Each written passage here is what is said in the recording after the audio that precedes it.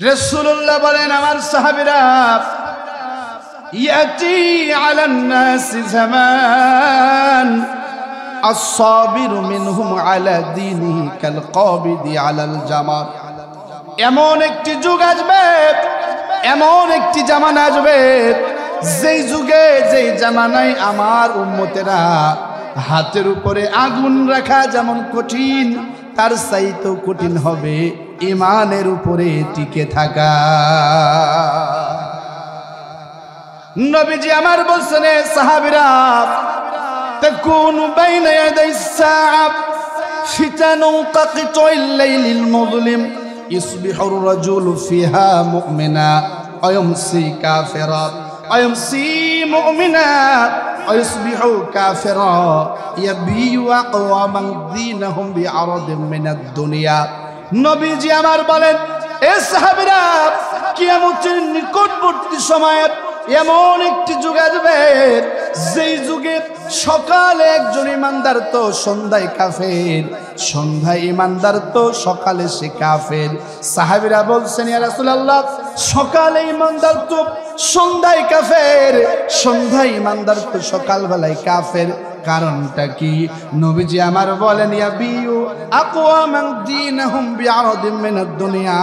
তার কারণ হলো, এই পৃথিবীর ক্ষমতায় চিরস্থায়ী হবার জন্য, এই পৃথিবীর অর্থবিত্তের মালিক হওয়ার জন্য শেষ জামানার ইমানদারেরা ক্ষমতা পাওয়ার জন্য ক্ষমতার লোভে, অর্থ পাওয়ার জন্য অর্থের লোভে শেষ জামানার ইমানদারেরা তার ঈমানকে অর্থবিত্ত ক্ষমতার কাছে বিক্রয় করে দিবে। শেষ জামানায় মানুষের খাসিয়াত হবে এমন, যাদের ঈমানের চাইতে ক্ষমতার দাম বেশি। ঠিক কিনা বলেন?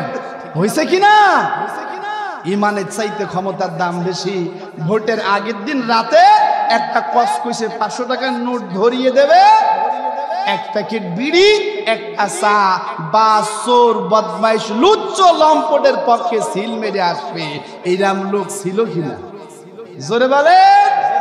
নবীজি তো এটাই বলছে, যারা বেঈমান, মুনাফিক, মুশরিক, যারা ক্ষমতায় গেলে পরে রাষ্ট্র ধর্ম ইসলামকে বাতিল করতে চায়, যারা ক্ষমতায় গেলে পরে সংবিধান থেকে বিসমিল্লাহকে কাট করে দিতে চায়, ওদের পক্ষে সিল মারা মানে ঈমান থেকে সরে যাওয়া।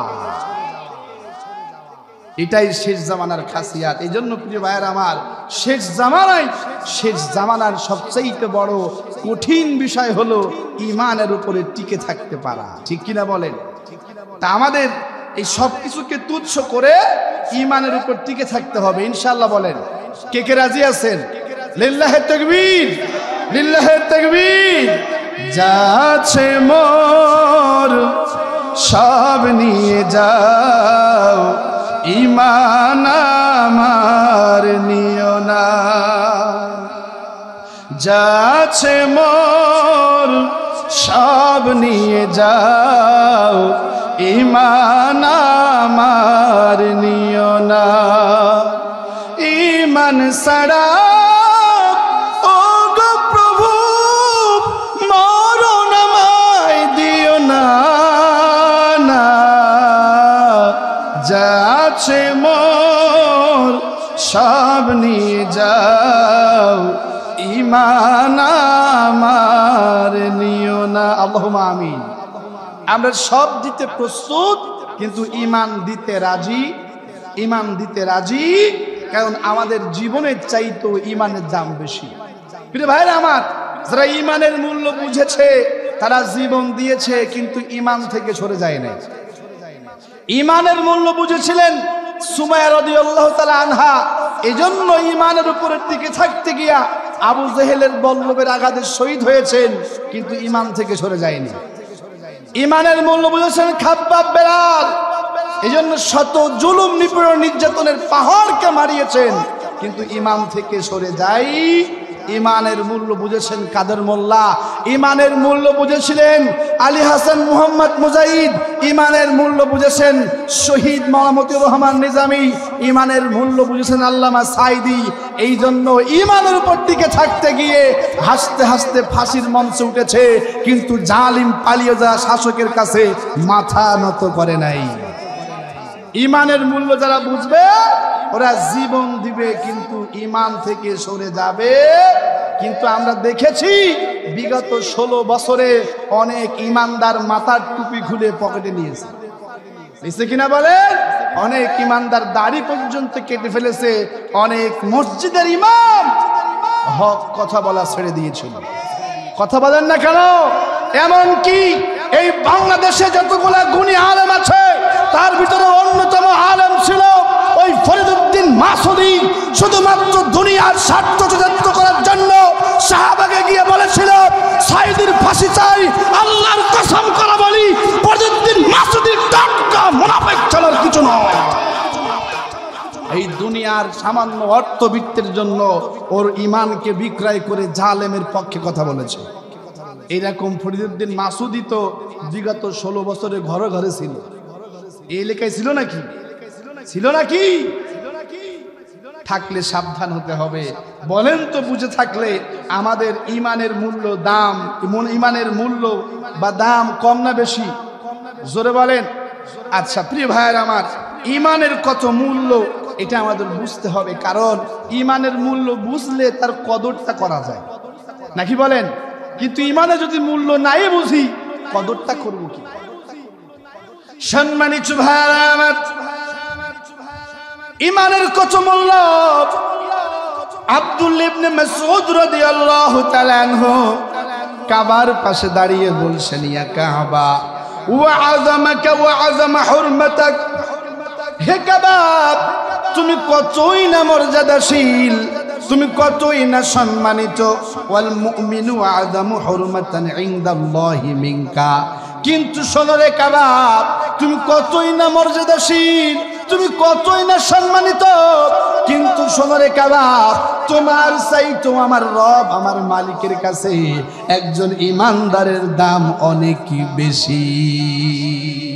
তার মানে ওই যে কাবা, ওই যে কাবা, যে কাবাকে কেন্দ্র করে গোটা পৃথিবীর মানুষেরা নামাজ পড়ে আমার মালিকের সেজদা দেয়, ওই কাবার চাইতেও আমার মালিকের কাছে একজন ইমানদারের জীবনের মূল্য অনেক অনেক গুণে বেশি।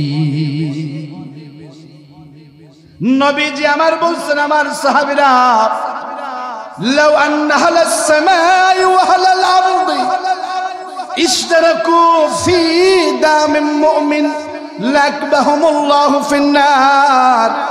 আমার সাহাবীরা, লাউ আন্না আহলাস সামা, যদি আকাশের সমস্ত ফেরেশতা, ও বেনাপোলবাসী আপনারা কি জানেন আকাশে কত ফেরেশতা আছে?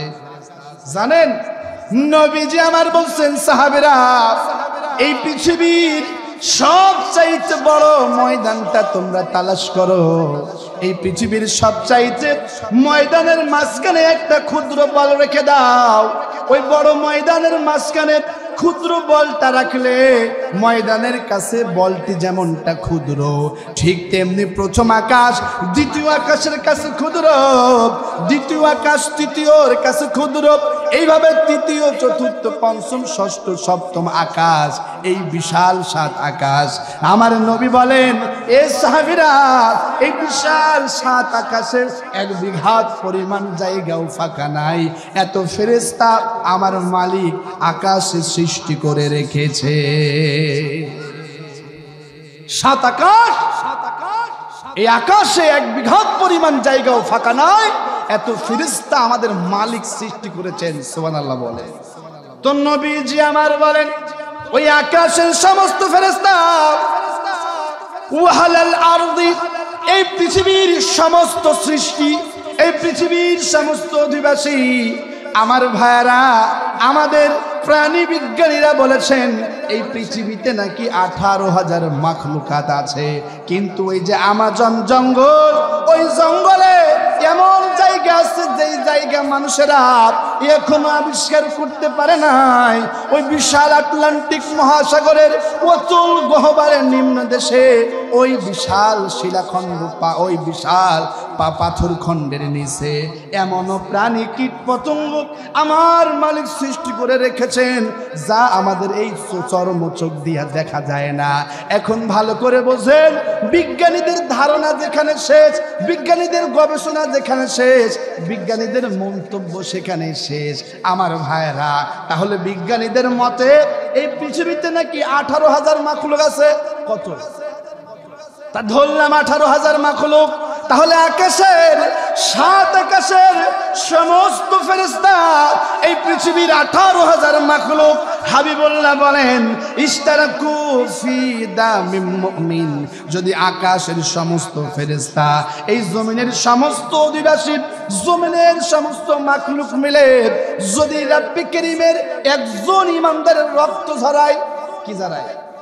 রক্ত ঝরায়, হাবিবুল্লাহ বলেন লাকবাহুমুল্লাহু ফিন্নার, ওই আকাশের সমস্ত ফেরেশতা জমিনের সমস্ত সৃষ্টিকে আমার মালিক একবারে জাহান্নামে দিতে নিক্ষেপ করবে না যদি তারা সবাই মিলে একজন ইমানদারের রক্ত ঝরায়। তার মানে আকাশের সমস্ত ফেরেশতা এই জমিনের সমস্ত মাখলুকের চাইতেও আমার রবের কাছে একজন ইমানদারের জীবনের দাম অনেক বেশি। এই ইমানদার, তোমার জীবনের দাম তোমার মালিকের কাছে আকাশের সমস্ত ফেরেশতা, আকাশের সমস্ত ফেরেশতা এই জমিনের সমস্ত সৃষ্টির চাইতে, এমনকি কাবার চাইতেও ও ইমানদার নারী পুরুষ তোমার জীবনের দাম তোমার রবের কাছে অনেক বেশি।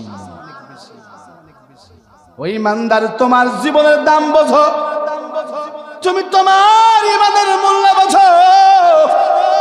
হাবিবুল্লাহ বলেন লা তাকুমুস সাআ হাত্তা আহাদি ইয়াকুলু আল্লাহ আল্লাহ, সুবহানাল্লাহ বলেন।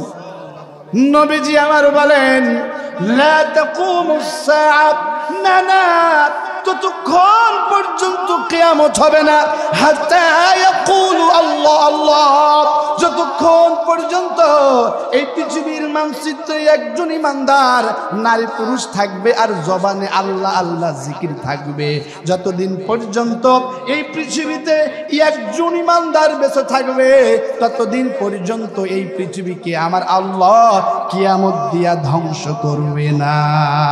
তার মানে পৃথিবী এখনো পর্যন্ত টিকে আছে ইমানদারের জীবনের বরকতে।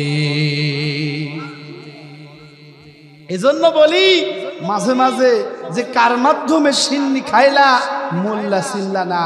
এ পৃথিবীর মানুষ, এই পৃথিবীকে ধ্বংস না করে এত পাপ, এত অনাচার, এত জুলুম, এত নির্যাতন, এত খুন, এত গুম হওয়ার পরও আমার মালিক এই পৃথিবীকে ধ্বংস করছেন না।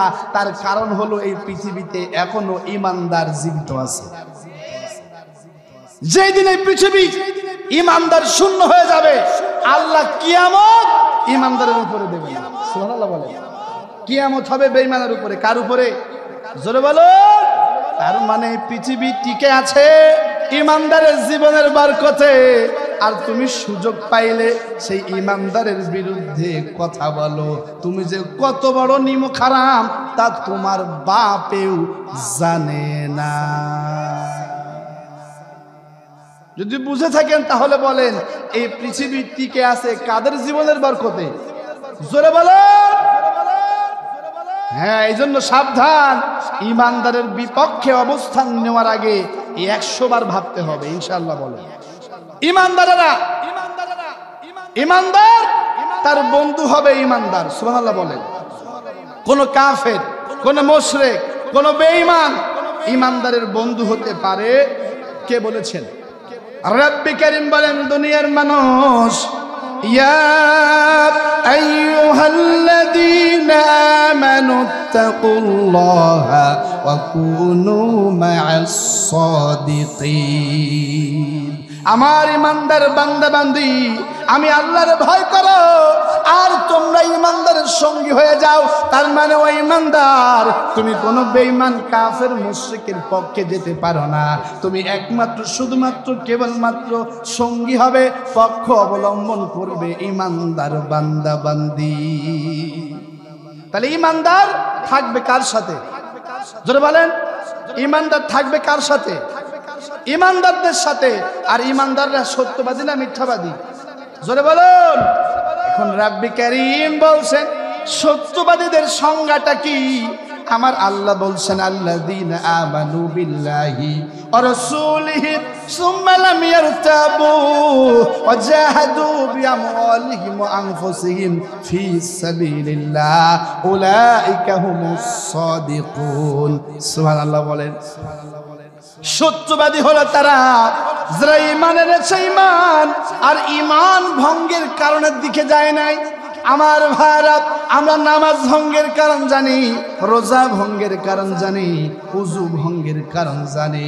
যদি জানা থাকে বলেন তো দেখি, নামাজ ভঙ্গের কারণ কয়টা? কয়টা? নামাজ পড়েন? এই নামাজ পড়েন কি ডাকে? হাত তোলেন দেখি।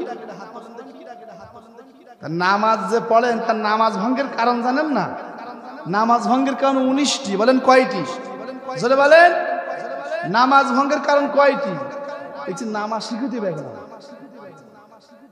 এই 19টির কোন একটা কারণ যদি আপনার নামাজে থাকে, আপনার নামাজ নষ্ট হয়ে যায়, আবার পড়তে হবে। কি করতে হবে?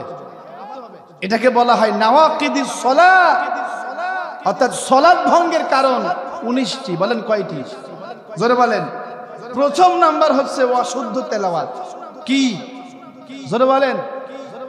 আমার ছোট ভাই আজকে আমার সঙ্গে আসছে, ওর এক মুসল্লি বলছে যে হুজুর আমার 4টে সূরা মুখস্থ। কয়টা? ছোট ভাই একটু দুষ্টু তো, বলে যে বলেন তো কি কি? তো বলে হুজুর 4টা সূরা আমার মুখস্থ।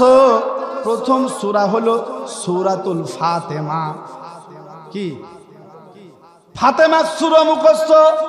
বলে 2 নাম্বারটা কি? বলে বিসমিল্লাহ সূরা আমার মুখস্থ। বলে 3 নাম্বারটা কি? বলে আলহামদুলিল্লাহ সূরা আমার মুখস্থ। কয়টা হচ্ছে? ফাতিমা সূরা।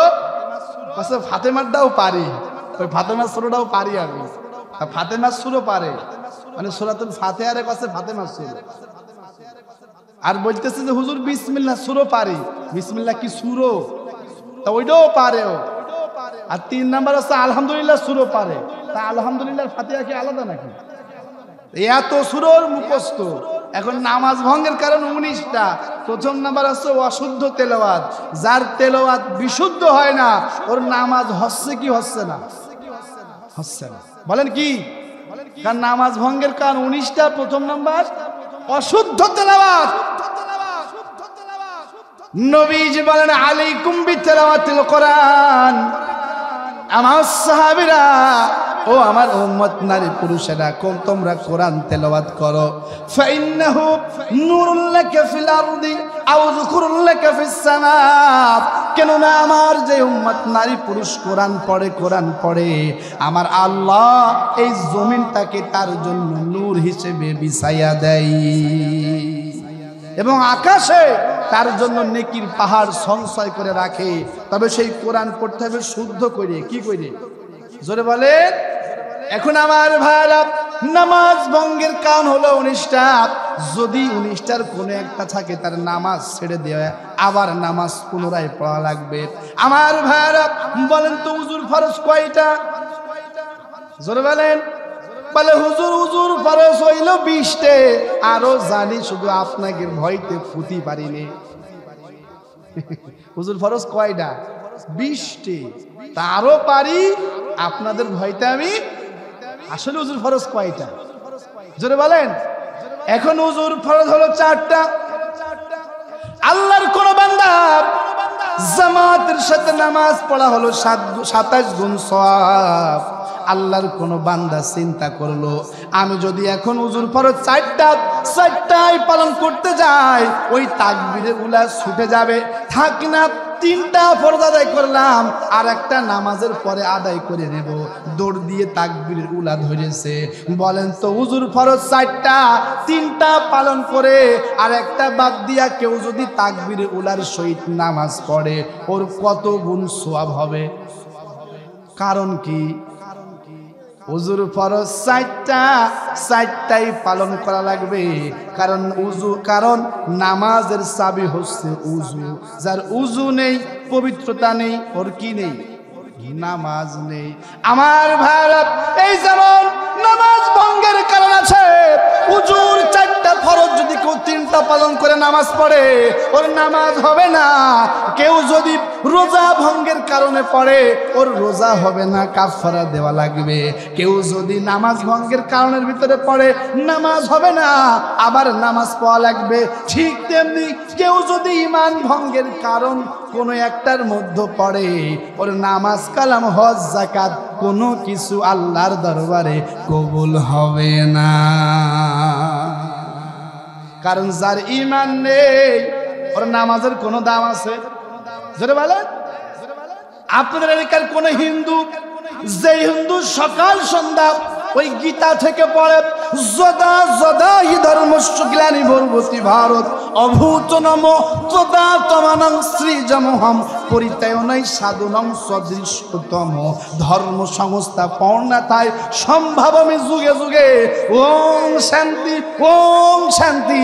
এই কোন হরিপদ যদি বলে হুজুর এই গয়রা সবার মাঠে যত খরচ হয়েছে সব খরচ আমি হরিপদ দিয়ে দেব, বলেন তো যদি এই সবার মাঠের সব খরচ কোন হরিপদ নগেন খগেন দেয়, ওই হরিপদ নগেন খগেনের কত সওয়াব হয়েছে? হয়েছে? বুঝে পাচ্ছেন তো? কারণ হরিপদর ঈমান নেই। বলেন কি নেই? জোরে বলেন।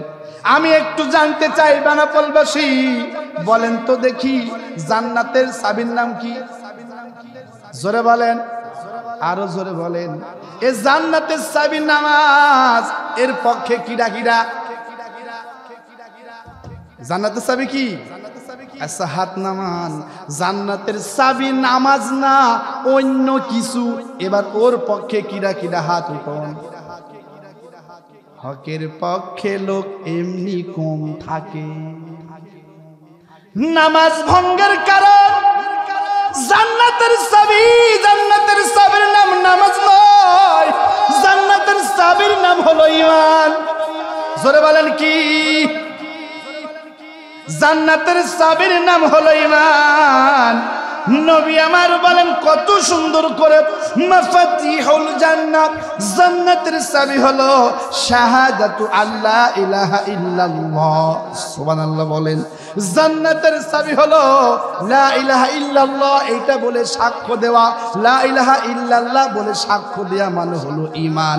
তাহলে জান্নাতের চাবির নাম নামাজ নয়, জান্নাতের চাবির নাম হলো ঈমান। ওই যে আসসালাতু মিফতাহুল জান্নাহ, এই হাদিসটা হচ্ছে দুর্বল, রাবি নিয়ে কনফিউশন। কিন্তু মাফাতিহুল জান্নাহ শাহাদাতু আল্লা ইলাহা ইল্লাল্লাহ, এটা হলো মুত্তাফিকুন আলাইহি, তার মানে বুখারী এবং মুসলিমের হাদিস। কথা বোঝেন? এবার আসেন একটু ব্যাখ্যা দিই। এই হাদিসের ব্যাখ্যায় প্রখ্যাত তাবেঈ মুনাব্বি রাহমাতুল্লাহ আলাইহির কাছে তার এক খাদেম প্রশ্ন করলো, আলাইসা লা ইলাহা ইল্লাল্লাহ মাফাতিহুল জান্নাহ? ওগো আল্লাহর নবীর সাহাবীর সাহচর্য, ওগো তাবেঈ, আপনি তো অসংখ্য সাহাবীর শরণাপন্ন হয়েছেন, অসংখ্য সাহাবীর কাছ থেকে আপনি দেখেছেন এই যে লা ইলাহা ইল্লাল্লাহ, এই যে কালিমা, এই যে ঈমান, এইটা কি জান্নাতের চাবি নয়? ক্বালা বালা। তাবেঈ মুনাব্বি রাহমাতুল্লাহ আলাইহি বলছেন, হ্যাঁ, লা ইলাহা ইল্লাল্লাহ, এই যে ঈমান, এইটা হলো জান্নাতের চাবি। এবার উনি ব্যাখ্যা দিচ্ছেন, ওয়ালাকিন লাইসা মিফতাহুন ইল্লা লাহু আসনান। ও আমার খাদেম, তুমি বলো জান্নাতের চাবি হলো ঈমান, কিন্তু ওই চাবি দাঁত ছাড়া কি চাবি হয়? চাবির দাঁত বোঝেন তো? চাবির ভিতরে খাস কাটা থাকে না? যদি বলেন, ওটারে বলা হয় চাবির দাঁত। কি বলা হয়? মুনাব্বি রাহমাতুল্লাহ আলাইহি বলছেন, এ আমার খাদেম, দাঁত ছাড়া কি চাবি হয়? ফুটি হালাক, যে চাবির দাঁত আছে ওই চাবি দিয়া জান্নাত খোলে, ইল্লা লাম ইফতাহু লাক। আর যে চাবির দাঁত নাই ওই চাবি দিয়া তালা খোলে না। আর মানে হলো ওই চাবির লোহার অংশের নাম হলো ঈমান, আর ওই চাবির চারিপাশে যে দাঁত, ওই দাঁতের নাম হলো নামাজ, ওই দাঁতের নাম হলো রোজা, ওই দাঁতের নাম হলো হজ, দাঁতের নাম হলো উমরা, দাঁতের নাম হলো দান সদকা। আমার ভাইরা, জান্নাতের চাবির নাম হলো ঈমান, আর ওই ঈমান নামক চাবির দাঁতের নাম হলো আমল। আর আমল মানে হলো নামাজ, আমল মানে হলো রোজা, আমল মানে হলো পর্দা, আমল মানে হলো ইসলামী আন্দোলন, আমল মানে হলো হজ, আমল মানে হলো দান সদকা। এখন জানতে চাই, যার ঈমান নেই পাহাড় সম পরিমাণ সওয়াব, বলেন তো ঈমানহীন সওয়াবের দাম কি আল্লাহর কাছে আছে? আল্লাহ বলছেন, ওয়াকাদিমনা মা আমিলু মিন আমালিন ফাজআলনাহু হাবাআন মানসুরা। ঈমানহীন আমল, গাদা গাদা আমল নিয়ে কিয়ামতের ময়দানে বেঈমান উঠবে, কিন্তু আমি আল্লাহ সব বিক্ষিপ্ত ধুলিকণায় রূপান্তর করে দেব। তার মানে যার ঈমান আছে ওর আমলের দাম আছে, যার ঈমান নেই ওর আমলের। এবার বুঝে থাকলে বলেন, জান্নাতের চাবির নাম নামাজ নাকি ঈমান? জোরে বলেন। আর ঈমান নামক চাবির দাঁত হলো নামাজ, রোজা, হজ, যাকাত। তার মানে ঈমানদার আছে, আমল তার করা লাগবে। হাবিবুল্লাহ বলছেন, আখলিস দীনাকা ইয়াকফিকাল আমালুল কলিল। আমল যদি অল্প হয় কিন্তু ঈমানটা বড় খাঁটি, খাঁটি ঈমান অল্প আমলই নাজাতের জন্য যথেষ্ট। কথা বুঝছেন তো আমার? তাহলে ঈমান হলো জান্নাতের চাবি, আর আমল হলো ওই চাবির দাঁত। আমল কি? ওই চাবির কি? হ্যাঁ, এই জন্য আমার নবীজি বলছেন, সাহাবীরা, ইয়াতি আলান নাস জামান ইয়াজতামিউনা ইউসাল্লুনা লাইসা ফীহিম মুমিন। কিয়ামতের নিকটবর্তী যুগ জামানা আসবে এমন, যেই যুগে মসজিদ টাইলস হবে, মসজিদ এসি হবে, ওই মসজিদ দেখলে অনেক সুন্দর লাগবে, কিন্তু ওই মসজিদের ইমাম, মসজিদের মুয়াজ্জিন, মসজিদের সভাপতি, সেক্রেটারি, মসজিদের মুসল্লি, মুতাওয়াল্লি, লাইসা ফীহিম মুমিন, সব হবে বেঈমান। সব কি হবে? ও নামাজি, নামাজ পড়লে তুমি নামাজি হয়েছো, কিন্তু নামাজের হক আদায় না করলে ঈমানদার হওয়া যায় না। নবীজি আমার বলেন, শেষ জামানায় মানুষেরা হাজির সংখ্যা বেড়ে যাবে, কিন্তু ওই হাজি হবে বেঈমান হাজি। কি হাজি? বেঈমান হাজি। হাজি ভোটের আগে হজ করতে গিয়া ওই ভোটের ব্যানারে পোস্টারে লিখবে আল হাজ, তাই তো হজ করে। ভোটের আগে উমরাই যায়, ভোটের আগে খান জাহান আলীর দরবারে যায়, আছে না নেই? এই জন্য আমার ভাইরা, নামাজি হওয়া যায়, নামাজ পড়ে, কিন্তু ঈমানের দাবি পূরণ না করলে ঈমানদার হওয়া যায়। নবীজি বলেন, মসজিদ সুন্দর হবে, টাইলস হবে, মসজিদ সুন্দর হবে, টাইলস হবে, এসি হবে, কিন্তু ওই মসজিদের সব হবে বেঈমান, মুনাফিক। কি হবে? কে আসবে? আসছে না বলেন? বলে, হুজুর আমি আজকে 16 বছর ইমামতি করি, আমার কোনো সমস্যা হয়নি। তা হবে কি কইরে? তুই তো বুবা শয়তান। তোর জবান দিয়ে জালেমের বিরুদ্ধে একটা কথা ওঠেনি, বরংস জালেমের কেউ মরলি তুই হাত তুলতে তুলতে ওরে জান্নাত পার করে জাহান্নাম পার করে দিচ্ছে। এরকম হুজুর ছিল কিনা বলেন? ওই যে হুজুর বলতেছে, অমুক ও সৈয়াসার, তুমি জান্নাতি, জান্নাতের বাপে আছে না রে? বলছে কিনা? গত বছরই তো বলছে যে শেখ হাসিনা আপনি জান্নাতি, জান্নাতের বাপে ও দিয়ে দেছে। ওরে হুজুর, ও হুজুর না মুনাফিক বলেন? এরা হুজুর এই এলাকায় আছে নাকি? থাকলে তো হাত তোলা দেন তো দেখি। এই জায়গায় নেই, কারণ ওইরা হুজুর বাংলাদেশ এমন একটা দেশ, এ দেশের জাতীয় মসজিদের ইমাম পর্যন্ত পলায়। কথা বলেন না কেন? তাহলে চিন্তা করেন কি পাপ কইরাছে, জাতীয় মসজিদের ইমাম পলাচ্ছে। তাহলে ও হুজুর ইমানদার না বেঈমান? বেঈমান। জাতীয় মসজিদের ক্ষতি, ইমানদার না বেঈমান? তা বেঈমান না হলে পলালি কেন? তাও জাতীয় বেঈমান। কি বেঈমান? হ্যাঁ, এর যুগ জামানা আসবে এমন মানুষ ইমানকে ক্ষমতার কাছে বিক্রয় করে ফেলবে। সামান্য মেম্বার হওয়ার জন্য জালেমের পক্ষে যাবে, সামান্য চেয়ারম্যান হওয়ার জন্য, এমপি হওয়ার জন্য, ক্ষণস্থায়ী দুনিয়ার সামান্যতম ক্ষমতার লোভে ও ইমান থেকে সরে যায়। কথা বলেন না কেন?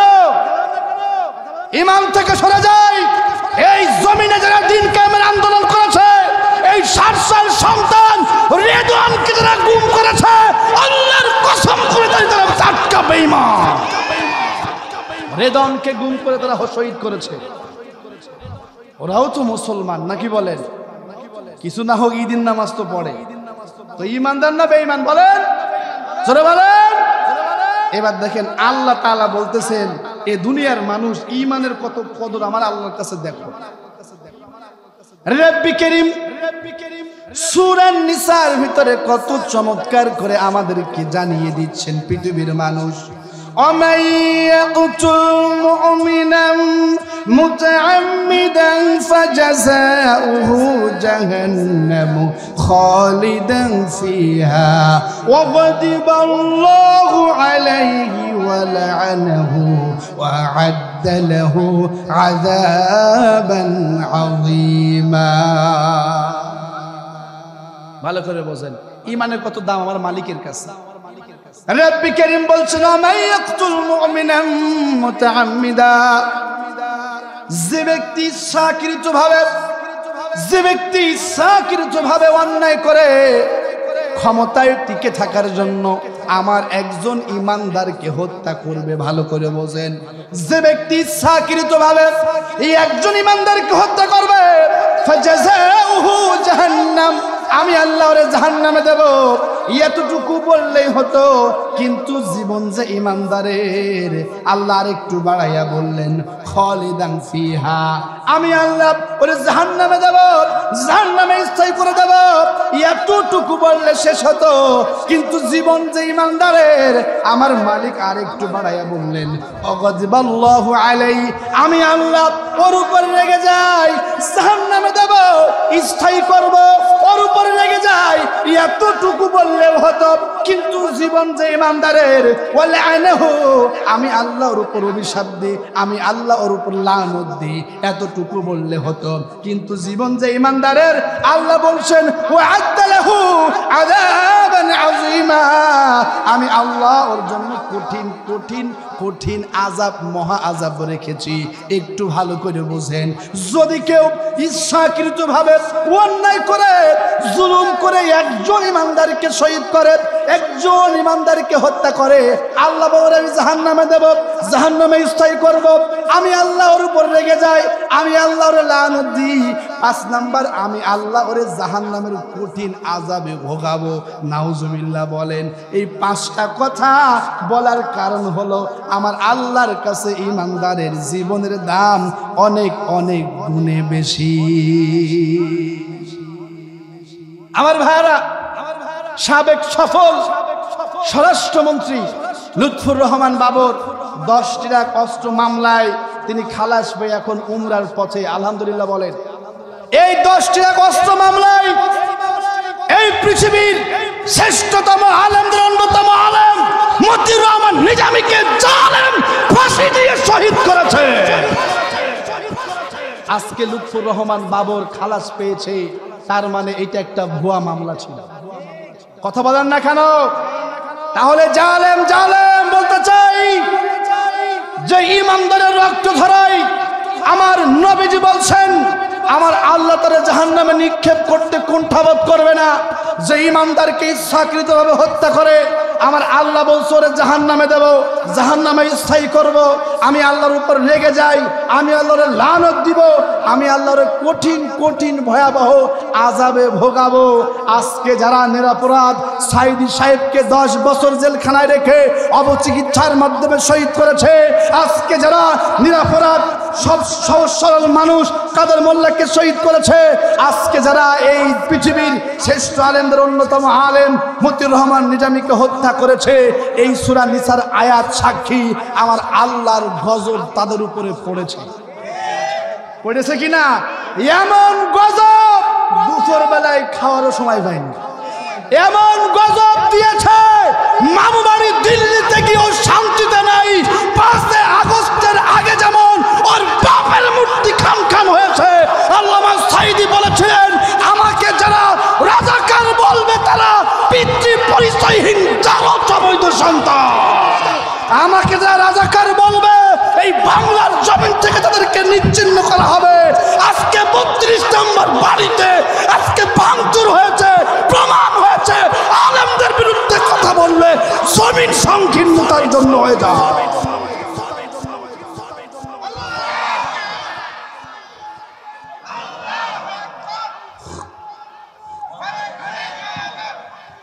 নারায়ে তাকবীর, নারায়ে তাকবীর। আল কোরআনের আলো সংসদে যাও, আল কোরআনের আলো, নারায়ে তাকবীর। আলহামদুলিল্লাহ বলেন। প্রিয় ভাইরা আমার, এই জন্য ইমানদারের সম্পর্কে কথা বলতে গেলে 100 বার চিন্তা করা লাগবে। কারণ ইমানদারের জীবনের দাম আকাশের সমস্ত ফেরেশতা জমিনের সমস্ত সৃষ্টি চাইতেও আল্লাহর কাছে বেশি, এমনকি কাবার চাইতেও আমার মালিকের কাছে একজন ইমানদারের জীবনের দাম অনেক বেশি। আর তুমি সেই ইমানদারের বিরুদ্ধে কথা বলো, তুমি মানুষ না কলেরা? তুমি ও কলেরা বললে কলেরা অপমান করা হবে, ঠিক কিনা বলেন? এই জন্য ইমানদারের কদর বুঝতে হবে। ইনশাআল্লাহ বলেন, ইনশাআল্লাহ বলেন। আর একটু ওয়াদা নিতে চাইবে না ফলবাসী? যারা এই জমিনের ন্যায় এবং ইনসাফ কায়েম করতে চাই, যারা কোরআন কারীমের নীতি এই জমিনে কায়েম করতে চাই, যারা এই জমিন থেকে সমস্ত জুলুমকে নির্মূল করতে চাই, যারা এই জমিনের সমস্ত হিন্দু খ্রিস্টান বৌদ্ধ সমস্ত মানুষের অধিকার নিশ্চিত করতে চাই, ন্যায় বিচার কায়েম করতে চাই, আল্লাহর কোরআনকে পার্লামেন্টে নিতে চাই, আগামীর দিন ইসলামের দিন ইসলাম ওয়ালাদের সঙ্গে থাকতে হবে। ইমানদার এই ওয়াদা কে দিতে পারবেন?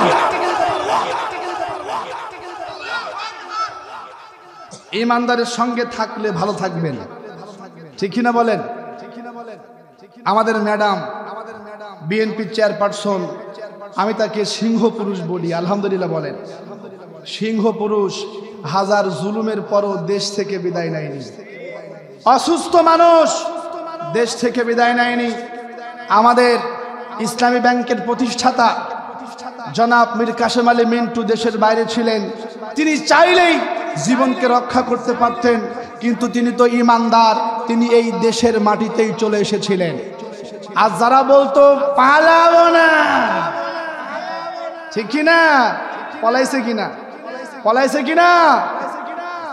ম্যাডাম জিয়া তিনি ইমানদারদের সঙ্গে থাকেন, এই জন্য ভিতরে ইমানও আছে। আলহামদুলিল্লাহ বলেন। উনি খুব ভালো মানুষ। আল্লাহ তাআলা তার এই বান্দিকে নেক হায়াত দান করুক, আমিন বলেন। আমি এই দোয়া করতে চাই, কারণ তার সঙ্গে ভালো সম্পর্ক ছিল আল্লাহওয়ালাদের, এই জন্য ওরা ভালো ছিল, ঠিক কিনা? কিন্তু বিএনপির ভিতরে এখন বর্তমান বেগম জিয়া যে কথা বলেছেন তার বিপরীত কিছু লোক আমরা পাচ্ছি। বিএনপির মধ্যে আজকে কিছু লোক, মিজানুর রহমান আজারী ভাই শুধু একটা কথা বলেছিলেন, একদল খাইছে আর একদল খাওয়ার জন্য রেডি হয়েছে, এই কথা বিএনপির কিছু লোক গায়ে নিয়ে ফেলাইছে। তা আমার কথা, এই কথা তো জামাতও বলতে পারে, নাকি বলেন? হ্যাঁ, ওই যে আমার প্রিয় ভাই কবির বিন সামাদ, এই যে গদখালির এক লোক মিজানুর রহমান আজারী ভাইয়ের ওয়াজ চালাইছে। চালাইলো কেন? বিএনপির কিছু লোক যে ওর দোকান ভেঙে দিয়েছে, এখন বিচার হবে, এখন বিচার করতে আইছে কবির বিন সামাদ। তা কবির বিন সামাদ বিচার করতে যায় কাছে একদল খেয়েছে আর একদল রেডি আছে, এ দলের কথা তো জামাতের কথা বলেছে আজহারি ভাই কাছে, আমরা জানি না কারা খাই। কথা বোঝেননি? কাছে কলি হবে জামাত কি খায়, আমরা জানি না কারা খাই। সোরের মনে, সোরের মনে, হ্যাঁ সাবধান সাবধান। জিয়াউর রহমান সিংহ পুরুষ ছিলেন, ইসলামের পক্ষে অনেক কাজ করেছেন, আলহামদুলিল্লাহ বলেন। আল্লাহ তাআলা তার গোলামটার কবরটারে জান্নাতের টুকরা বানাক, আমিন বলেন। খবরদার ইমানদারের সঙ্গে বেয়াদবি করা যাবে না। পাগল হয়ে গেছে, কি হয়ে গেছে? পাগল হয়ে গেছে ক্ষমতার নেশায়। ইমান বড় না ক্ষমতা বড়? জোরে বলেন। হ্যাঁ, এই জন্য ইমানের দাবি পূরণ করতে হবে ইনশাআল্লাহ বলেন। হাবিবুল্লাহ বলছেন, পৃথিবীর মানুষ, আমার মালিক এই পৃথিবীর সমস্ত মানুষের সব গুনাহ মাফ করে দিবেন, কিন্তু দুইটা গুনাহ মাফ করবেন না। কয়টি বলেন? রব্বি করিম এই পৃথিবীর সমস্ত মানুষের সব গুনাহ ক্ষমা করে দিবেন, দুইটা গুনাহ ক্ষমা করবে না। আর রাজুল ইয়ামুতু কাফিরা, প্রথম নাম্বার হলো কেউ যদি বেঈমান অবস্থায় কাফের হয়ে মরে। কি হয়ে মরে? কেউ যদি বেঈমান হয়ে মরে যায়, কি হয়ে মরে যায়? বেঈমান হয়ে মরে যায়, আমার আল্লাহ ওরে মাফ করবে। শেষ ভালো যার সব ভালো, শেষ ভালো যার সব ভালো। প্রথম দিকে ভালো কাজ, শেষে বেঈমান হয়ে গেল, ভালো না খারাপ? এই জন্য নবী বলছেন, যে ব্যক্তি বেঈমান হয়ে মারা গেল, কাফের মুশরিক মুনাফিক অবস্থায় মারা গেল, আমার আল্লাহ ওরে ক্ষমা করবে। দুই নাম্বার নবীজি বলছেন, আর রাজুল ইয়াকতুলু মুমিনান মুতাআম্মিদা, আল্লাহ ওই ব্যক্তিকেও কখনো ক্ষমা করবে না যে ব্যক্তি ইচ্ছাকৃতভাবে কোনো ঈমানদারকে হত্যা করে। কথা বুঝেছেন তো? তুমি মাফ চাই বেড়াচ্ছ নাকি? হ্যাঁ, তুমি রেদাওয়ানদের গুম করে শহীদ করে ওর মারে কাদায় তুমি মাফ চাও। নবী ১৫০০ বছর আগে বলে গেছে, যার রাজুলু ইয়াকতুলু মুমিনান মুতাআম্মিদা, যে ব্যক্তি ইমানদার রেদওয়ানকে ইচ্ছাকৃতভাবে হত্যা করেছে। রেদওয়ানের অপরাধ ছিল আল্লাহর জমিনে তার দ্বীন কায়েম করা, রেদওয়ানের অপরাধ ছিল এই জমিনে দ্বীন এবং ইনসাফ কায়েম করা। সেই রেদওয়ানকে এই অপরাধে যারা শহীদ করেছো, হত্যা করেছো, ১৫০০ বছর আগে নবীজি ফতোয়া দিয়েছে, আল্লাহ তোরে মাফ করবে না। ভালো সাবধান হয়ে যান, ইমানদারের সঙ্গে থাকেন, ভালো থাকবেন। ইমানদারের সঙ্গে বেঈমানি করবেন তো দুনিয়াও শেষ, আখিরাতও শেষ। আল্লাহ বলছেন, ইয়ারফাইল্লাহুল্লাযীনা আমানু মিনকুম ওয়াল্লাযীনা উতুল ইলমা দারাজাত। এই পৃথিবীর মানুষ ইয়ারফাইল্লাহ মুজারিস সিগা দিয়েছেন, আমি আল্লাহ উঁচু করছি এবং করব। মুফাসসিররা বলছেন, উঁচু করছি মানে হলো দুনিয়া, করব মানে আখিরাত। আমি আল্লাহ দুনিয়াতে এবং আখিরাতে তাদেরকে সম্মানিত করব। তারা কারা? যারা ঈমানওয়ালা এবং আমার কিতাবের ইলম অর্জন করেছে। সুবহানাল্লাহ বলেন। ঈমানদারকে আমার আল্লাহ দুনিয়াতে এবং আখিরাতে সম্মানিত করবে। এর প্রমাণ হলো আল্লামা সাইদি বেঁচে থাকতেও সম্মানিত, মরে যাওয়ার পরেও সম্মানিত। ঠিক কিনা বলেন? আজকে দেখেন না পিরোজপুরে এমন কোনো দিন নাই যে কয়েকটা বাস সেখানে যাচ্ছেন দোয়া করার জন্য। কি করার জন্য? আর আজকে তো গোপালগঞ্জের নাম শুনলে ওরা গুলি করে দেবে। হ্যাঁ হ্যাঁ, আল্লাহর ওয়াদা, ঈমানদার তোরে আমি আল্লাহ দুনিয়া এবং আখিরাতে সম্মানিত করে দেব। সুবহানাল্লাহ বলেন।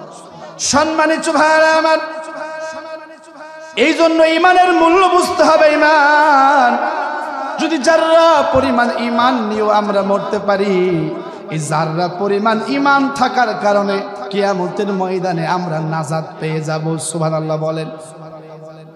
বুখারীর হাদিস, নবীজি বলছেন, আপনাদের কষ্ট হচ্ছে? বুখারীর হাদিস, নবীজি বলছেন, ইয়া মুহাম্মদ ইরফা রাসাক। কিয়ামতের ময়দানে সমস্ত নবী রাসূলরা যখন সিজদায় পড়ে ইয়া নাফসি করবে, সমস্ত নবী রাসূলদের মতো আমি নবী মুহাম্মদ সিজদায় পড়ে থাকবো। আমার আল্লাহ আমি সিজদায় পড়ে থাকার কারণে আমার রব, আমার মালিক আমাকে বলবেন, ইয়া মুহাম্মদ, হাবিব আমার, হে মুহাম্মদ, ইরফা রাসাক, আপনি আপনার মস্তকটাকে উত্তোলন করুন। ওয়াকুল ইসমা আলাক, হাবিব আমার আপনি কি বলতে চান বলুন, আমি আল্লাহ আপনার কথা শুনবো। ওয়াসাল তুতা, ও রাসূল আমার, হাবিব আমার আপনি কি চান, আপনি চান আমি আল্লাহ আপনার চাওয়াকে পূর্ণ করে দেব। ওয়াশফা তুশাফা, হাবিব আমার আপনি আজকে অনুরোধ করুন, সুপারিশ করুন, শাফায়াত করুন, আমি আল্লাহ আজকে আপনার শাফায়াতকে গ্রহণ করব। সুবহানাল্লাহ বলেন। নবী আমার বলেন, ফাকুলু ইয়া রাব্বি উম্মতি উম্মতি, আমি তখনও সিজদায় পড়ে বলবো, মালিক আমার উম্মতের কি হবে, আমার উম্মতের কি হবে গো মালিক। আল্লাহ তাআলা বলবেন, হাবিব আমার ফায়াকুলু ইনতালিক ফাখরাজ মিনহা, হাবিব আমার মাথাটাকে তুলুন আর ওই জাহান্নামের দিকে যান। সুবহানাল্লাহ বলেন। হাবিব আমার মাথাটাকে তুলুন, আপনি ওই জাহান্নামের দিকে যান। মান কানা ফি কলবিহি মিসকালা দাররা আও খারদাল মিন ঈমান ফাখরিজহু ফানতালিক ফাফআল। সুবহানাল্লাহ বলেন। কিয়ামতের ময়দানে আপনার আমার রব, আমাদের মালিক, আমাদের মালিক, আমাদের মনিব বলবেন, হাবিব আমার জাহান্নামের দিকে যান। আমার যে বান্দা বান্দি যাররা চাইতো যাররা ক্ষুদ্র থেকে ক্ষুদ্রতর ঈমান নিয়ে মরেছে, হাবিব আমার আমি আল্লাহ অনুমতি দিলাম ওই যাররা পরিমাণ ঈমান নিয়ে মরার কারণে আমি আল্লাহ আপনার অনুমতি দিলাম ওই যাররা পরিমাণ ঈমানওয়ালা বান্দা বান্দিকে জাহান্নাম থেকে বের করে জান্নাতে নিয়ে যা। যাররা পরিমাণ ঈমান নিয়েও যদি মরতে পারি আল্লাহ আমাদের মাফ করে দেবে। সুবহানাল্লাহ বলেন। শর্ত হলো ঈমান নিয়ে মরা। বলেন কি নিয়ে? জোরে বলেন। নবীজি বলছেন, আসাদুন নাস বি শাফাআতি ইয়াউমাল কিয়ামাতি মান ক্বালা লা ইলাহা ইল্লাল্লাহ খালিসান মিন কলবিহি আও নাফসি। সুবহানাল্লাহ বলেন। নবীজি বলেন, কিয়ামতের ময়দানে আমার সেই উম্মত নারী পুরুষ তাদের পক্ষে আমি নবীর জন্য শাফায়াত করা আল্লাহ অনুমতি দিয়ে দিবেন। আমার যে উম্মত অন্তর থেকে দিল থেকে ঈমান এনেছে আর ঈমানের উপর অবিচল থেকে ইন্তেকাল করেছে, আমার সেই উম্মত নারী পুরুষের পক্ষে শাফায়াত করে নাজাতের ব্যবস্থা করার অনুমতি আমার আল্লাহ আমাকে দান করে দিবে। তাহলে শর্ত হলো ঈমান নিয়ে মরতে পারা। কি নিয়ে বলেন? জোরে বলেন। যদি ঈমান নিয়ে মরতে পারি তাহলে নবীজির শাফায়াত পাবো। যদি ঈমান নিয়ে মরতে পারি জাহান্নাম থেকে বাঁচবো। যদি ঈমান নিয়ে মরতে পারি তাহলেই জান্নাত। যদি ঈমান নিয়ে মরতে না পারি শাফায়াত নাই। যদি ঈমান নিয়ে মরতে না পারি জাহান্নাম তাকদিরে। কথা বোঝেন তো? তাহলে যদি আমরা জান্নাত পেতে চাই ঈমানওয়ালা হয়ে মরতে হবে। ইনশাআল্লাহ বলেন। ইনশাআল্লাহ বলেন। তাহলে বলুন জান্নাতের চাবির নাম কি? জোরে বলেন, জোরে বলেন। আর ঈমান নামক চাবির দাঁতের নাম হচ্ছে আমল। আমল মানে হচ্ছে নামাজ, রোজা, হজ, যাকাত, দান, সদকা, ইসলামী আন্দোলন, পর্দা, পুশিদা। সুবহানাল্লাহ বলেন।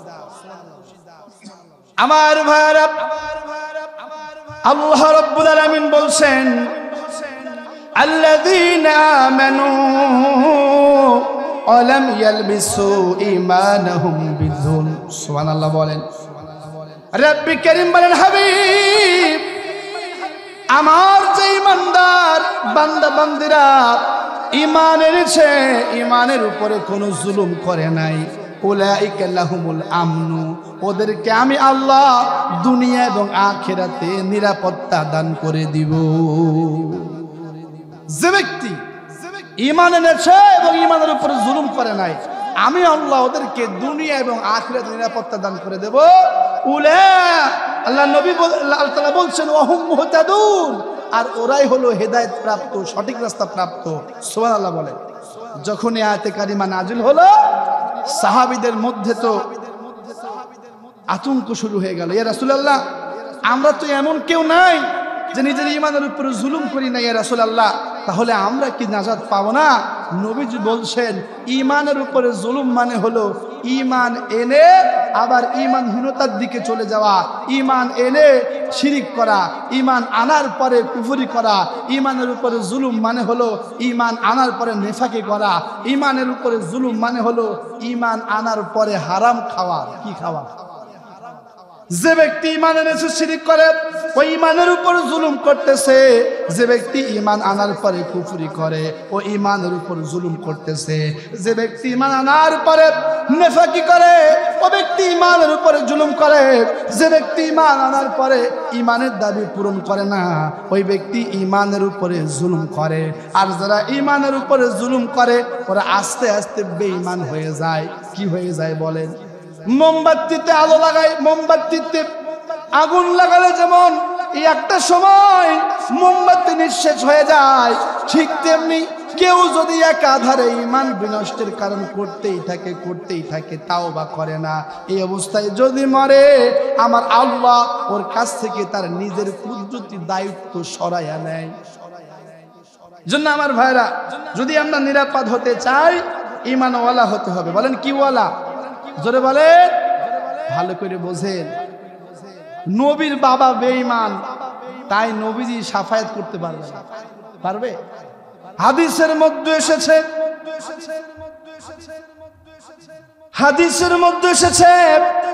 জাতির পিতা ইব্রাহিম আলাইহিস সালাম কিয়ামতের ময়দানে নবীদের চেয়ারে বসে থাকবেন, আর তার বাবা আজর বেঈমান হওয়ার কারণে টানতে টানতে তারে জাহান্নামের দিকে নিয়ে যাওয়া হবে।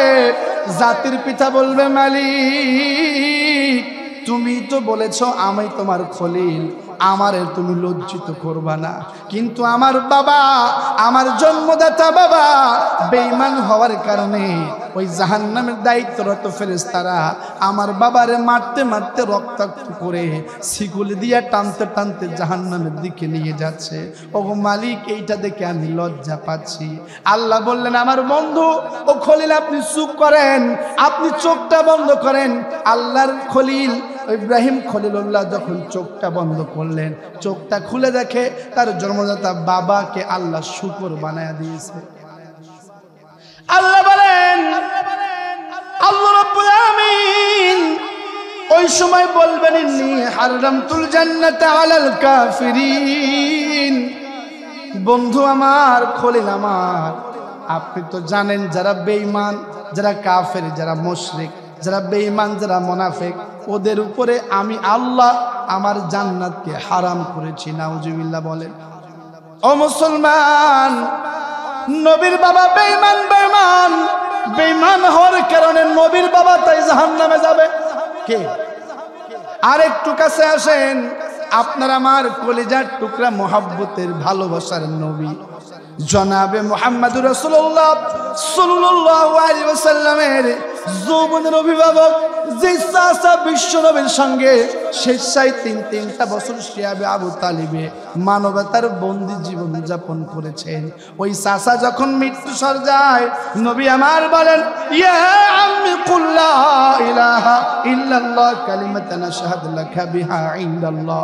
চাচা আমার, আপনার কাছে আমি অনুরোধ করি, আমি আপনারে অনেক ভালোবাসি। ও চাচা আমার, অন্তত মৃত্যুর সময় একটিবার কালেমা পড়ে, শাহাদা বাক্য পড়ে আপনি ঈমানওয়ালা হন। আমি আল্লাহ আপনার জন্য কিয়ামতের ময়দানে আমি নবী, আমার কিয়ামতের ময়দানে আপনার জন্য আমি নবী আমার আল্লাহর কাছে সুপারিশ করব। বিশ্ব নবীর চাচা আবু তালেব ঈমান না এনে বেঈমান অবস্থায় মারা গিয়েছেন। যে চাচা নিজে না খেয়ে আমার নবীজির মুখে আহার খাবার তুলে দিয়েছেন, শুধুমাত্র বেঈমান হওয়ার কারণে হাদিসের মধ্যে এসেছে বিশ্বনবীর চাচাকে জাহান্নামে দেওয়া হবে। জাহান্নামের দুইটা স্যান্ডেল পরানো হবে, যার ফিতা হবে আগুনের ফিতাওয়ালা। ওই স্যান্ডেল পরার কারণে আল্লাহর নবীর চাচার মগজগুলা টকবক টকবক করে ফুটতে থাকবে।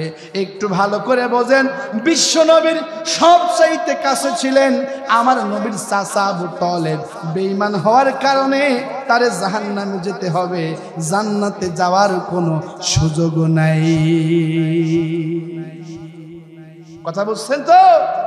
তাহলে জান্নাতে যেতে গেলে ঈমান নিয়ে মরতে হবে। কি নিয়ে? জোরে বলেন। যদি যাররা পরিমাণ ঈমান নিয়েও মরতে পারি তাও নবীজি শাফায়াত পাবো। সুবহানাল্লাহ বলেন। যাররা পরিমাণ ঈমান, কিন্তু সেটা হওয়া লাগবে খাঁটি। কি হওয়া লাগবে? আপনার আমল কম কিন্তু ঈমানটা বড় সুন্দর, ঈমানটা বড় খাঁটি। যে ঈমানের ভিতরে শিরিক ঢোকার নাই, যে ঈমানের ভিতরে কুফরি ঢোকার নাই, যে ঈমানের ভিতরে নেফাকি ঢোকার নাই, যে ঈমানের ভিতরে হারাম নাই, এমন নির্ভেজাল খাঁটি শিরিক কুফর নেফাক মুক্ত খাঁটি ঈমান, এই ঈমান যাররা পরিমাণ নিয়েও যদি মরতে পারেন জান্নাত। এই জন্য ঈমানের মূল্য বুঝতে হবে। ইনশাআল্লাহ বলেন। ঈমান আছে তো সব আছে, ঈমান নাই তো কিছুই। ঈমান মানে সত্য, ঈমানহীনতা মানে হচ্ছে মিথ্যা। ঈমান মানে জীবন, ঈমানহীনতা মানে হলো মৃত্যু। কথা বলেন না কেন? ঈমান মানে আলো, ঈমানহীনতা মানে হচ্ছে অন্ধকার। এই জন্য বেনাপোলবাসী আপনাদের কাছে অনুরোধ করব, ঈমানের মূল্য বুঝে মৃত্যুর আগ পর্যন্ত ঈমানের উপর টিকে থাকার চেষ্টা করতে হবে। পারবেন তো ইনশাআল্লাহ? পারবেন তো ইনশাআল্লাহ? যদি আমাদেরকে সুমায়ের মতো আবু জাহেলের বল্লভের আঘাত সহ্য করে ঈমানের উপর টিকে থাকতে গিয়ে শহীদ হতে হয়, যদি আমাদেরকে ঈমানের উপর টিকে থাকতে গিয়ে খাব্বাব বেলালের মতো জুলুম নির্যাতন সহ্য করতে হয়, যদি ঈমানের দাবি পূরণ করতে গিয়া আল্লাহর নবীর মতো 3 বছর আবু তালেবে মানবতার জীবন যাপন করতে হয়, যদি ঈমানের দাবি পূরণ করতে গিয়ে ঈমানের উপর টিকে থাকতে গিয়ে কাদের মোল্লার মতো, নিজামীর মতো, মুজাহিদের মতো, সাইদি সাহেবের মতো জীবন দিতে হয়, জীবন দিব, তারপরও ঈমানের উপর টিকে থাকবো। রাজি আছেন? আল্লাহকে দেখায় দেন। লিল্লাহে তাকবীর, লিল্লাহে তাকবীর, লিল্লাহে তাকবীর। ঈমানের মূল্য বুঝতেই হবে, কারণ ঈমান ছাড়া আমাদের কিচ্ছু নাই। আমার ভাইরা, এই পৃথিবীর অর্থবিত্ত যশ খ্যাতি এটা সফলতা নয়। সফলতা হলো ঈমান নিয়ে মরতে পারা। সফলতা কি? সফলতা হলো ঈমান নিয়ে মরতে পারা। আপনার গাড়ি আছে, বাড়ি আছে, টাকা আছে, পয়সা আছে, ক্ষমতারও মালিক ছিলেন, কিন্তু বেঈমান হয়ে মরে গেলেন, কোনো কিছু কি কাজে আসবে? ইয়াউমা লা ইয়ানফাউ মালু ওয়ালা বানুন। না না না, বেঈমান, তোমার সম্পদ, তোমার সন্তান, তোমার অর্থবিত্ত কোনো কিছু আমি আল্লাহর কাছে কাজে আসবে না। এই জন্য আমার ভাইয়েরা, ঈমানের মূল্য বুঝে ঈমানের দাবি পূরণ করে আমাদেরকে চলতে হবে। ইনশাআল্লাহ বলেন। এই ঈমানের পথই হোক আমাদের পথ, ঈমানের পথই আমাদের মত, ঈমানই হোক আমাদের চিন্তা চেতনা। ঈমানওয়ালার সঙ্গে থেকে ঈমানের দাবি পূরণ করে আল্লাহর জমিনে আল্লাহর দিন কায়েমের আন্দোলন থেকে সরব না। ইনশাআল্লাহ বলেন। আল্লাহ সে তৌফিক দান করুক, আমিন বলেন। ঈমানের দাবি কি? একটা কথা বলবো, শুনুন। সূরা তাওবা 111 নম্বর আয়াত। কোন সূরা বলেন? যদি বলেন, সূরা তাওবার 111 নম্বর আয়াত। এটা হচ্ছে ঈমানের দাবি পূরণের আয়াত। সুবহানাল্লাহ। ঈমানের দাবি যদি কুরবানি হয়, সে দাবি পূরণে আমি তৈরি থাকি যেন। ও গো দয়াময় আমার প্রভু দয়াময়। ঈমানের দাবি সে তো বসে থাকা নয়, ঈমানের দাবি হলো কিছু বিনিময়। সেই বিনিময় যদি কলিজার ঘাম হয়, সেই বিনিময় যদি কলিজার ঘাম হয়, সেই ঘাম দিতে যেন তৈরি থাকি আমি। ও গো দয়াময় আমার প্রভু দয়াময়। ও গো দয়াময় আমার প্রভু দয়াময়। লিল্লাহে তাকবীর, লিল্লাহে তাকবীর। কোরআন সুন্নাহর আলো। তাহলে ঈমানের দাবিটা কি? আল্লাহ বলছেন, ইন্নাল্লাহা আশতারা মিনাল মুমিনিনা আনফুসাহুম ওয়া আমওয়ালাহুম বিআন্না লাহুমুল জান্নাহ। আল্লাহু আকবার বলেন।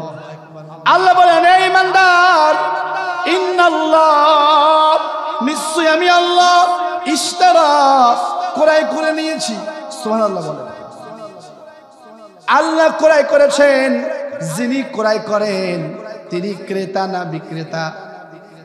হ্যাঁ, যিনি কেনে, যিনি ক্রয় করে তিনি ক্রেতা না বিক্রেতা? ক্রেতা। আল্লাহ হলেন ক্রেতা। আমরা বললাম মালিক, বিক্রেতা কারা? কাদের কাছ থেকে কিনতে চান? মিনাল মুমিনিন, আমি আল্লাহ ইমানদারের কাছ থেকে কিনতে চাই। সুবহানাল্লাহ বলেন। এই ইমানদার নারী পুরুষ, আপনি আমি যারা ইমানের দাবি করি, আমরা হলাম বিক্রেতা, আমাদের আল্লাহ হলেন ক্রেতা। আমরা বললাম মালিক আপনি কি কিনতে চান? আল্লাহ রব্বুল আলামিন বলছেন, এ দুনিয়ার মানুষ, আমি আল্লাহ কিনতে চাই, আমি আল্লাহ কিনতে চাই তোর জান এবং মাল। সুবহানাল্লাহ বলেন। ইমানদার, আপনার আমার জান এবং মাল আল্লাহ কিনতে চায়। আমরা বললাম মালিক গো, আপনি আমাদের জান মাল কিনতে চান, বিনিময়টা কি দিবেন?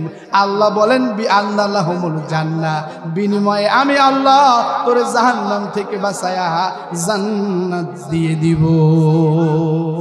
আমার ভাইরা, এইটা হলো ঈমানের দাবি। আমার জান, আমার মাল একমাত্র আল্লাহর খুশির জন্য বিক্রয় হবে। কার জন্য? একমাত্র শুধুমাত্র কেবলমাত্র যে পথে দিলে আল্লাহ খুশি হয়, যে পথে গেলে আল্লাহ খুশি হয়, যে পথে দিলে আল্লাহর ক্ষমা পাওয়া যায়, যে পথে গেলে আল্লাহর জান্নাত পাওয়া যায়। ঈমানদার শুধুমাত্র কেবলমাত্র সে পথেই দিবে এবং সেই পথেই যাবে। এটাই হলো ঈমানের দাবি। আমার ভাইরা, আমি একটা হাদিসের অনুবাদ করতে চাই। নবীজি আমার হজ করার পরে মক্কা থেকে যখন মদিনায় যাচ্ছেন, প্রতিমধ্যে বিশ্ব নবীর মা জননীর কবরটা দেখলেন। আমার নবীজি বলেন, সাহাবীরা তোমরা যাও যাও যাও, মাত্র 6 বছর বয়সে আমি আমার মা জননীর হারাইছি। মাহারা কত যে দুঃখ, কত কষ্ট আমি জানি।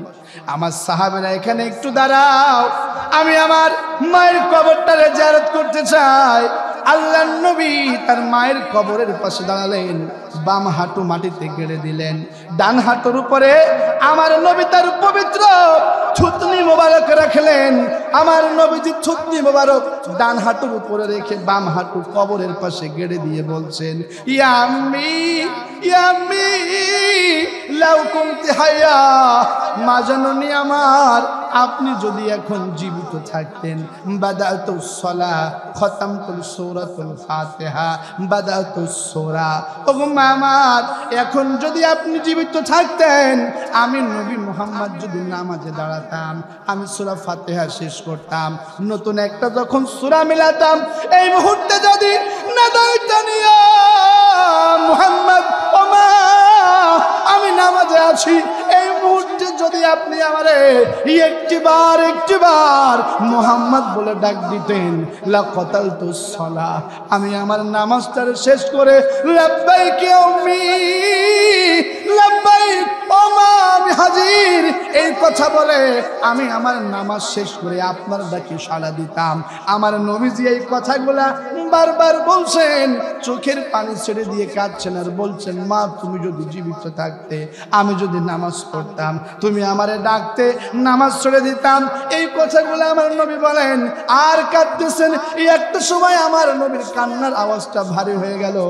আমার ভাইরা আবু বকর উসমান বলে, আবু বকর একটু যাও না, ও আলী একটু যাও না, আমার নবীরে কখনো তো এমন কাঁদতে দেখি নাই, আবু বকর একটু যাও না দেখি, যাও না দেখি আমার নবী কেন এত কাঁদে। নবীজির কাছে যাওয়ার পরে দেখে এই বাক্যগুলা বারবার আমার নবী বলছেন আর কাঁদছেন। আমার নবীজির পবিত্র দাড়ি মোবারক ভিজে যায়, আমার নবীও কাঁদা শুরু করেছেন, সাহাবীরাও কাঁদা শুরু করেছেন। একটা পর্যায়ে নবীজি বলেন, সাহাবীরা তোমরা কেন কাঁদো? সাহাবীরা বলেন, ইয়া রাসূলুল্লাহ আপনার চোখে পানি দেখলে আমাদের চোখে পানি গড়িয়ে আসে। সুবহানাল্লাহ বলেন।